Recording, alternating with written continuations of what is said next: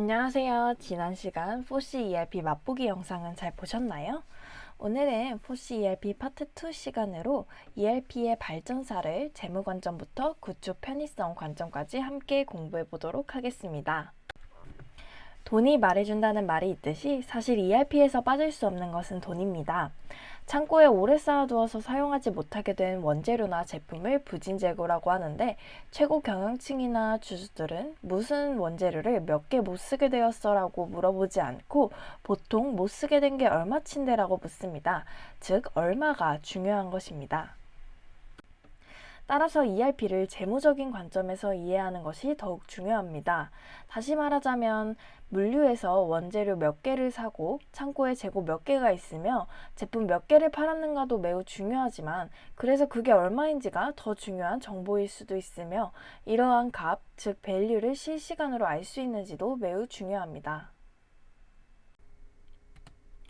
ERP의 발전사를 SAP를 통해 설명해 보자면, SAP는 시대적인 IT 기술 발전과 요구사항 변화에 따라 발전해 왔습니다. 1972년 독일에서 IBM 출신 박사님들이 기업용 소프트웨어를 출시했습니다. 그러면서 그 버전의 이름을 R2라고 하였는데, 이때의 R은 리얼타임, 즉 실시간을 의미합니다. 실시간이라는 개념은 언뜻 봐서 그 중요성을 무심코 지나칠 수 있지만 이것이 SAP의 가장 큰 장점입니다. 그리고 이것이 왜 중요한지, 실시간을 구현하는 것이 어려운데 실제로 SAP만이 이 실시간 통합 기능을 구현하고 있다는 점은 앞으로 강의를 하면서 자세히 설명드리도록 하겠습니다.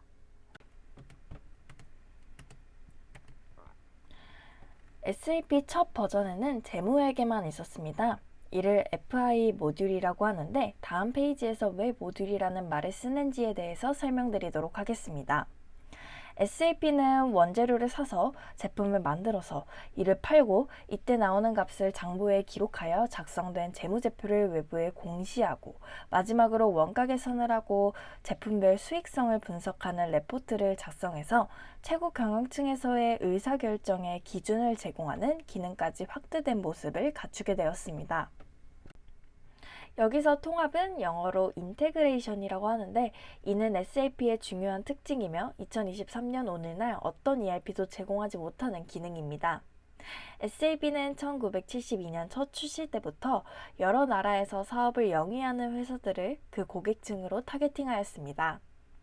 SAP는 현재 전 세계 모든 주요 언어를 화면으로 제공하고 있습니다.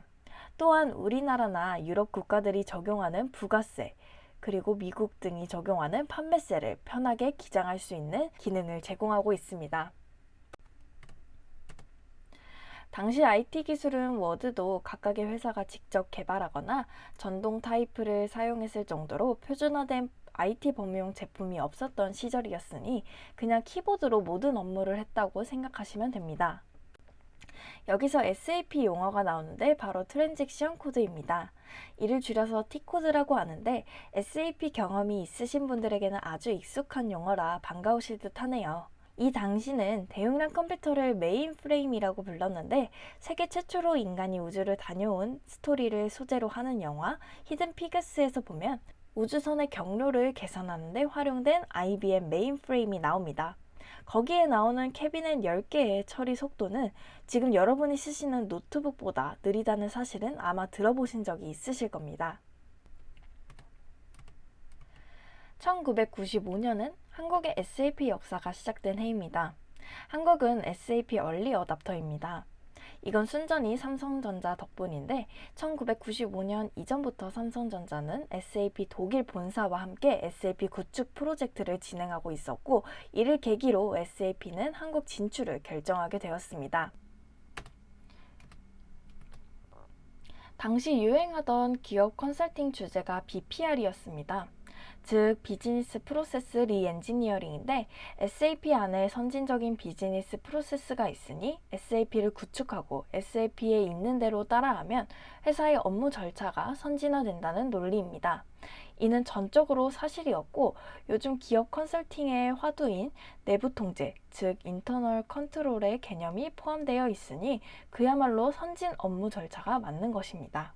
여기에 SAP는 HR이라는 모듈을 출시하였는데 이는 단순하게 급여와 원천세, 4대 보험 관리 기능만 제공하는 것이 아니라 인재의 채용에서 능력 개발까지 아우르는 기업에 있어 전반적으로 요구되는 인사관리 업무를 지원하는 기능을 담고 있습니다.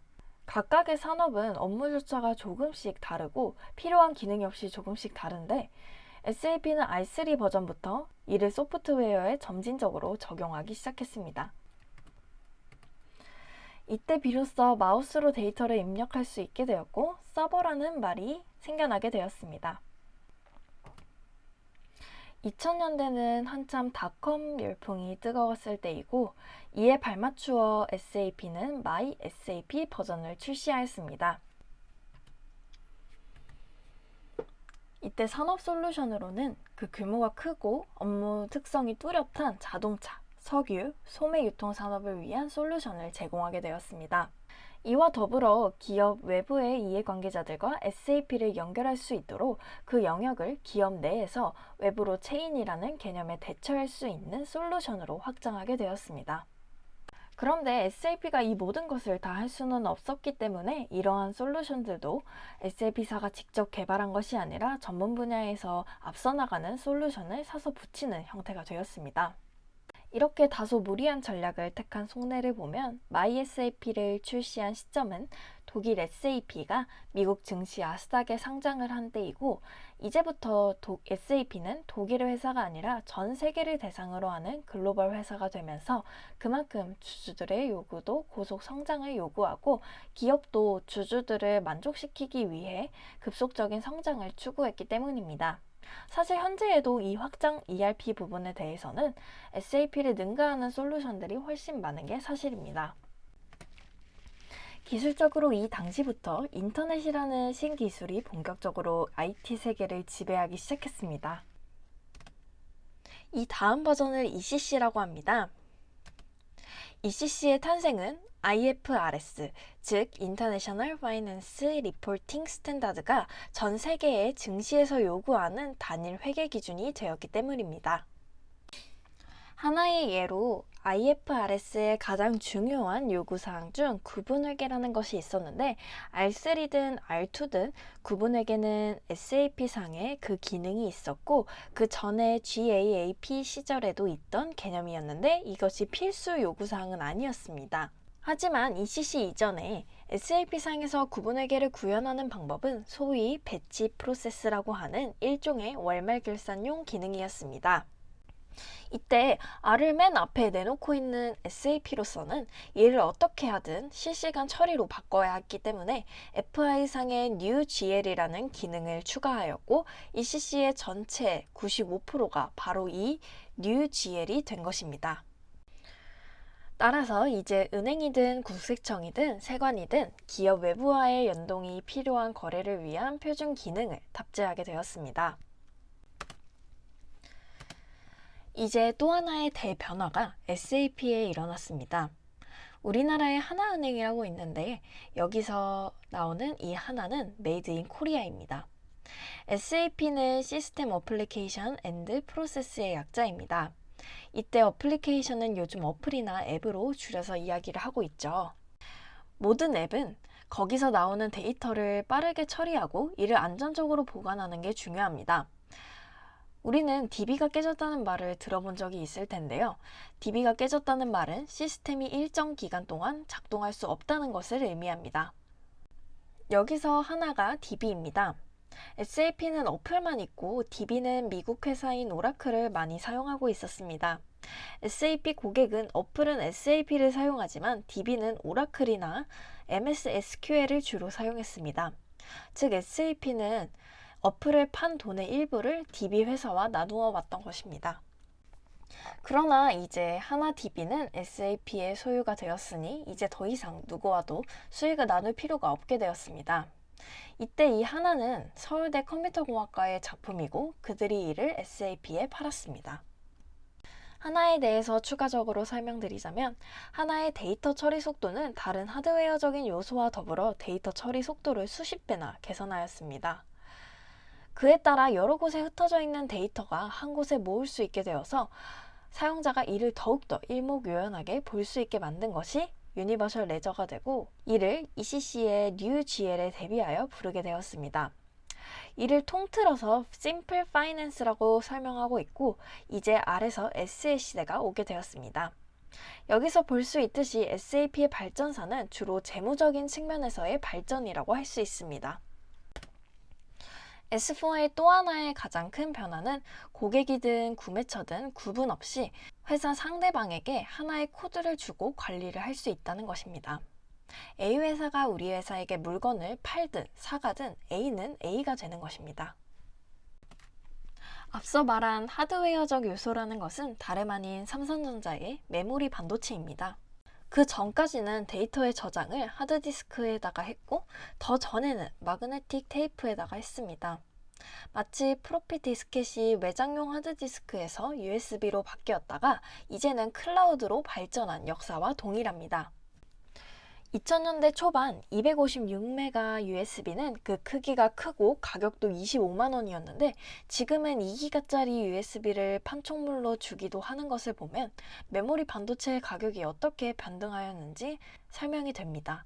SAP도 메모리 반도체 값이 싸니 데이터를 저장하고 있는 하드디스크가 일일이 데이터를 불러오는 것이 아니라 서버의 전원이 켜지면 이를 몽땅 메모리에 올려서 데이터를 처리할 수 있도록 하였고, 서버는 그만큼 메모리를 늘리게 되었습니다. 이를 적용한 DB의 운영 기술이 하나가 제공하는 것이기 때문에 참으로 감격스러운 것 같습니다. 다음으로는 좀 구닥다리이긴 하지만 간략하게 ERP의 고대사를 말씀드리겠습니다. ERP의 구축은 옷을 만드는 과정과 비교되어 설명되고 있습니다. 데이터 양이 얼마 안 되던 시절, 각 기업은 필요한 시스템을 자체적으로 개발하여 사용하였습니다. 그런데 데이터 양도 많아지고 업무가 복잡하게 되면서 급여 처리나 경비 입력 등 각 업무 분야에서 기성복 개념의 소프트웨어를 만드는 회사가 등장하기 시작했습니다. 이들의 제품을 통틀어서 패키지라고 부르게 되었고, ERP는 그 중에서 가장 대표적인 패키지가 되었습니다. 게다가 패키지 회사는 고객의 요구가 다양하다 보니 이를 만족시키기 위해 유연성과 확장성을 갖추게 되었습니다. 패키지 회사는 패키지를 발전시키면서 다양한 고객들의 업무 절차를 학습하게 되어 이를 패키지 안에 담게 되었고, 그러다 보니 패키지상의 업무 절차가 어느 정도 기업의 표준 업무 절차가 되었다고 말할 수 있습니다. 거기에 각 기업이 업무를 수행하면서 공통적으로 필요한 조직과 거래 상대방에 대해 보기를 주고 고객, 즉 사용자가 선택할 수 있게 했습니다. 마치 윈도우의 설정과 같은 개념이고, 이를 커스터마이징이라고 부르고 있습니다. 이는 기성복을 사서 자기 몸에 맞게 소매 길이를 줄이는 것과 같은 개념이라고 보시면 됩니다. 마지막으로는 다소 어려운 얘기지만 SAP에서는 커스터마이징과 모디피케이션을 엄격하게 구분해서 사용하고 있습니다. 예를 들면 모디피케이션의 경우, 사용자 입장에서 주머니가 하나 더 필요해서 주머니를 더 단 경우인데, 그럴 경우 바지 회사에서는 그 세 번째 주머니가 뜯어진다고 해서 아무런 책임을 지지 않는 것과 마찬가지로, 패키지에 모디피케이션을 하게 되는 경우 문제가 발생했을 때 SAP사로부터 지원을 받을 수 없게 됩니다. 따라서 SAP가 허용하지 않는 패키지의 변경은 바람직하지 않다고 하겠습니다. 이번 시간에는 다소 길었지만 ERP의 발전사에 대해서 두 가지 관점으로 살펴봤고, 이는 ERP를 전체적으로 이해하는 것에 도움이 되리라 생각됩니다. 다음 시간에는 PPT 한 장의 분량이지만 꼭 이해해야 하는 SAP의 모듈과 각 모듈이 제공하고 있는 기능을 하나하나 설명드리도록 하겠습니다. 그럼 오늘도 들어주셔서 감사합니다.